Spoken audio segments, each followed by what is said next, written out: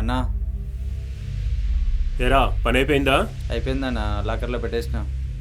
నువ్వు సూపర్ రా.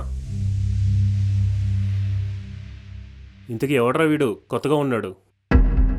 అర్జెంటుగా పైసలు సంపాదించాలన్నాడన్నా, అందుకే మీ దగ్గర తీసుకొచ్చిన. సంపాదించాలనుకుని వచ్చిన చోట పోగొట్టుకునే వాళ్ళు చాలా మందే ఉన్నారు.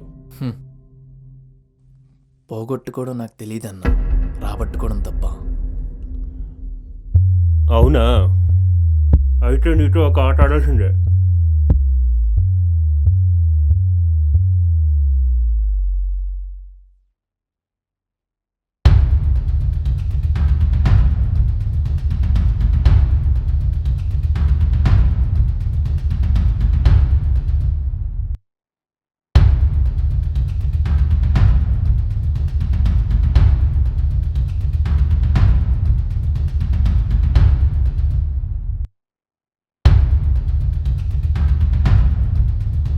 షో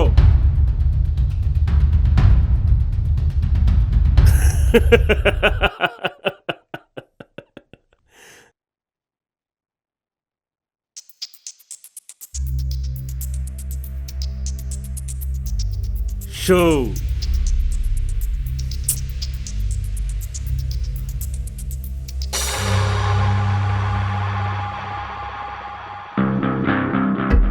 ఏంటి రాహుల్, నువ్వు అక్కడిగా ఉన్నావు? నీ వాళ్ళంతేరి.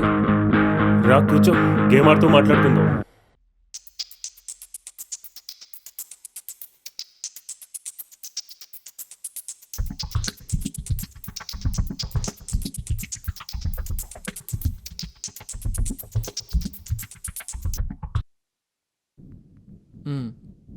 ఇప్పుడు చెప్పు, నీ వాళ్ళంతేరి. నేను వాళ్ళ కోసమే చూస్తున్నా. 3-4 రోజుల నుండి రావడం లేదు. పని మీద వెళ్ళారా?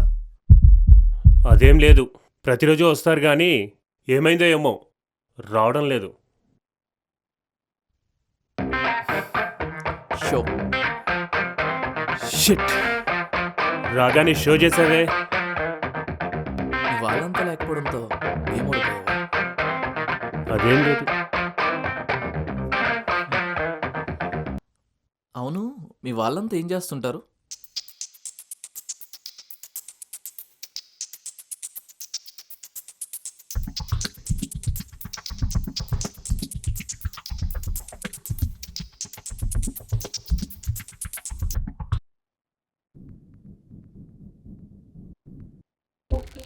మీ వాళ్ళు వస్తారనుకుంటున్నావా? ఖచ్చితంగా రారు. వచ్చేవాళ్ళైతే ముందే వచ్చేవారుగా, అందుకే ఆ మాట ముందే చెప్పాను. Show shit. నీ దగ్గరికి పెళ్ళాం పిలిస్తే మొగుళ్ళ వస్తున్నాయంటే డబ్బులు? ఏముంది రాహుల్, పత్తా పడితే పక్కీర్ కూడా షో చేస్తాడు. ఇంకో గేమ్ వేద్దామా? నా దగ్గర డబ్బులు లేవు. నీ దగ్గర డబ్బులు లేవా? సమయానికి ఆ మనీ కూడా లేడు ఈ జోక్కి నవ్వడానికి. డబ్బు లేకపోతే హ? నీ ప్రాణాలు ఉన్నాయిగా. ఏం మాట్లాడుతున్నావురా? అవును, డబ్బు లేకపోతే నీ ప్రాణాలు ఉన్నాయిగా, అది పెట్టు. ఏంట్రా కథలు పడుతున్నావు? టేబుల్ కింద కత్తుంటే అదే టేబుల్ కింద నాకు గన్ను ఉంది. మూసుకొని ముక్కతి, నాకు 3 దుబ్బులు నొక్కితే ముసుకలో ఉన్న దూసుకొస్తుంది బుల్లెట్.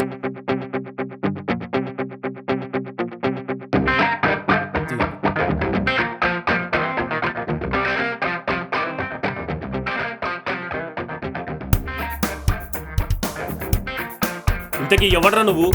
మా వాళ్ళని వేరే వేరే పనులకు పంపించి నన్ను చంపుదామనుకుంటున్నావారా?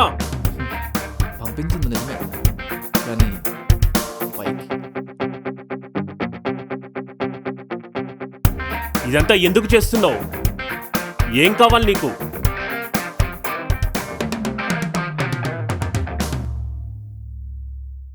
ఒక ఊరి చివరిలో ఒక అందమైన పెంకుటిల్లు, అందులో ఒక ముసలావిడ. ఆమె పార్వతీదేవే ఆమె రూపంలో ప్రేమ పంచుతుందా అనిపించేది.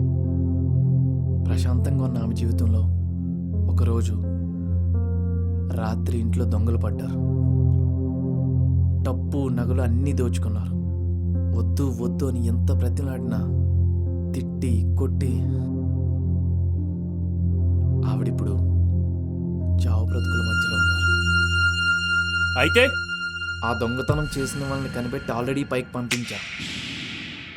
మరి దాని వెనకాల ఉన్న నువ్వు, మరి నీ పరిస్థితి ఏంటి? అంటే నువ్వు ఆమె కొడుకువా లేదా మనవడివా? ఆవిడింట్లో ఒక్క పూట భోజనం చేసిన వాడిని. ఒక్క పూట భోజనం పెట్టినందుకు ఇంత చెయ్యాలా?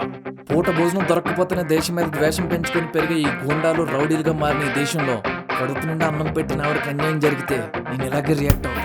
ఇంత జరిగినా నన్ను కూర్చోబెట్టి ఎందుకు మాట్లాడుతున్నావురా? ఆవిడ దగ్గర నుంచి దొంగలించిన డబ్బు బంగారం అన్నీ తిరిగి ఇవ్వాలి. ముఖ్యంగా ఆమె మనమడి గోల్డ్ మెడల్ అది కూడా తిరిగి ఇవ్వాలి. వెళ్ళి తీసుకురా.